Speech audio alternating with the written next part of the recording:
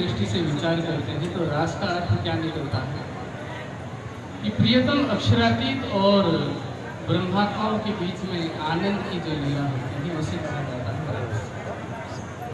और आज का जो दिन है अथवा आज की रात्रि हम समझ लें शरद पूर्णिमा की रात्रि, और वर्तमान में हम जागनी रास कहते हैं इस रास को।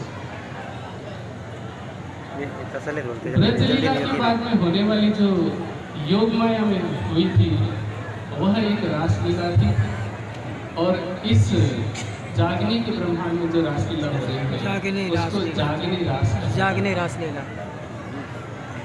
दोनों में बहुत सी समानताएं हैं और कई समानताएं हमें लागू हैं। क्या करते डोल उसको जैसे योग माया के ब्रह्मांड में जो रास लीला थी हमने, उसके लिए राज्य ने हमें वैसे तैयार किया था,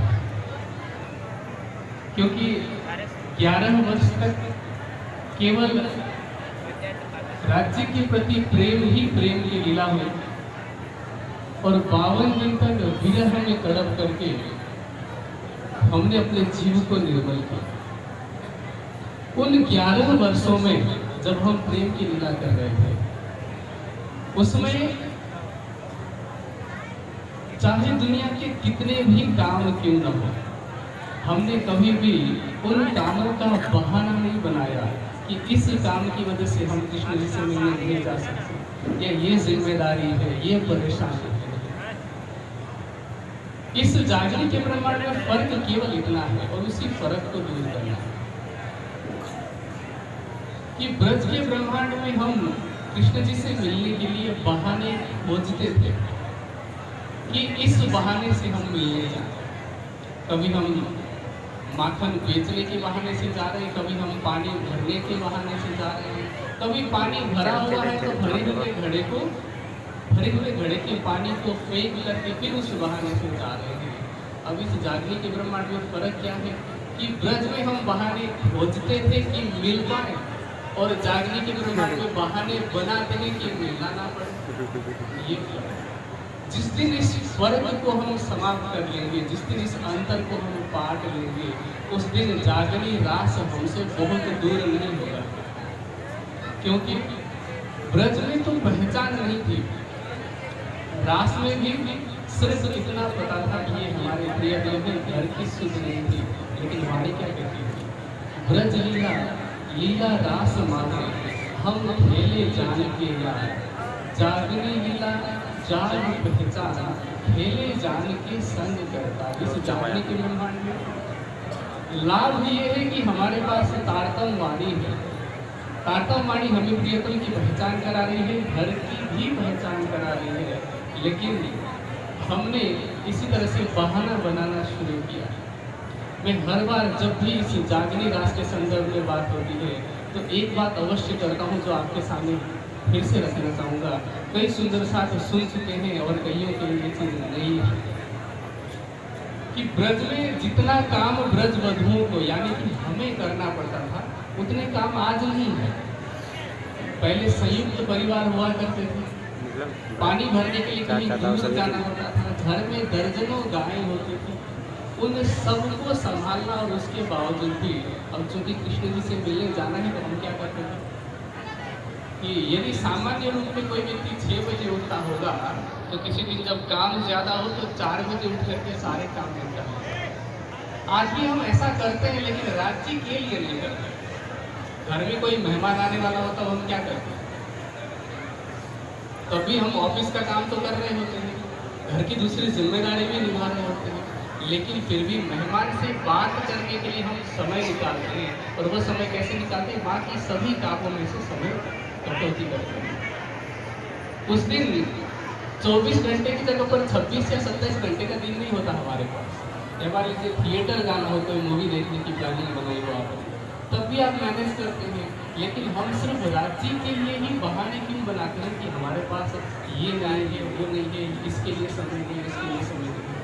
हम सेवा के लिए बहाने बनाते हैं, हमें चितवनी के लिए बहाने बनाते हैं, हम वाणी पढ़ने के लिए अथवा चर्चा सत्संग इत्यादि में पहुंचने के लिए बहाने बनाते हैं। जिस दिन ये बहाने हमारे अंदर से समाप्त हो जाएंगे, उस दिन जागनी रास कहीं दूर नहीं होगा। क्योंकि वाणी की मैंने बात की, वाणी पढ़ने की, वाणी पढ़ने से क्या होगा? ज्ञान से होती है पहचान, पहचान से होता है प्रेम, जिससे प्रेम होता है उसके मिलन के लिए मन में तड़प होती है, उसको कहते हैं दुख। उस दुख की जब पराकाष्ठा होती है उसको कहते हैं विरह। और जब हम विरह की पराकाष्ठा में पहुंचते हैं तो प्रियतम हमारे हृदय में ही है। जो प्रियतम हमारे हृदय में ही है, जिनके लिए हम कई बार वाणी गायन करते हैं, कई चौपाइयाँ हमें याद हैं, जैसे कि अर्ज तुम्हारा मेरा दिल है, तुम आए करो आराम। इसी तरह से साहरक से नजीक हक आड़ो पट निद्वार, ऐसी दर्जनों चौपाइयाँ होंगी, 50 सैकड़ों चौपाइयाँ होंगी जो बताती है कि प्रियतम हमारे हृदय धाम में है। और जब प्रेम और विरह के द्वारा हमारे अंदर के विकार रूपी पर्दे को समाप्त करते हैं तो वाणी क्या कहते हैं? वाणी में एक एक शंका का समाधान किया गया है, एक एक प्रश्न का जवाब दिया गया है कि हम जागनी रास के काबिल कैसे बन सकते हैं, लायक कैसे बन सकते हैं। वाणी कहती है दुख थे विरह उपजे, विरह प्रेम इश्क, इश्क प्रेम जब आया तो नहजे मिलिए हक, और हक से मिलना ही तो आनंद है, उसी आनंद को ही तो रास कहा जाता है। हमने भोजन के आनंद को लिया होगा, भोजन का आनंद हमने अलग अलग तरह से लिया है, नोटिस नहीं किया। एक आनंद होता है खाने का, खाने में भी आनंद आता है।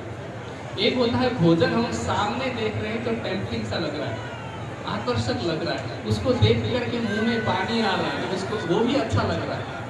और तीसरा आनंद, जब हम बचपन में गुड्डे गुड्डियों का खेल खेला करते थे तो छोटा सा घर बनाते थे या घरौंदा बनाते थे, फिर छोटे बर्तन में भोजन पकाने की लीला करते थे, पकाने का नाटक करते थे, उसमें मिट्टी डालते थे या कोई फूल के पत्ते डालते थे और उसको भोजन मान करके खाने का भी नाटक करते थे। आज हमारे साथ भी कुछ ऐसा ही हो रहा है। प्रियतम श्री राज जी को अपने हृदय धाम में बसा करके उनके साथ ध्यान के माध्यम से, चितवनी के माध्यम से आनंद लेना, ये है भोजन को ग्रहण करना। इसी तरह से वाणी को सुन करके, क्योंकि सुनने में भी आनंद है, जैसे अभी आपको आ रहा है, सुनने का जो आनंद ले रहे हैं वह है कि अब किसी ने हमें सुनाया कि चितवनी में कितना आनंद है। किसी परमहंस के अनुभव को हमने पढ़ा, जैसे परमहंस युगलदास जी की वृत्त हमने देखी, श्री लालदास जी की वृत्त देख ली या जवाहर दास जी की वृत्त देख ली, तो इन सभी वृत्तों को देख करके भी हमें आनंद आता है, अच्छा लगता है, वो है देखने का आनंद। और उसके बाद इन सब चीज़ों को देख करके, सुन करके भी हम केवल सेवा के नाम का दिखावा करते हैं, प्रेम के नाम का दिखावा करते हैं, तो वो आनंद कौन सा हुआ? जैसे खाने का नाटक कर रहे हैं। अब तय हमें करना है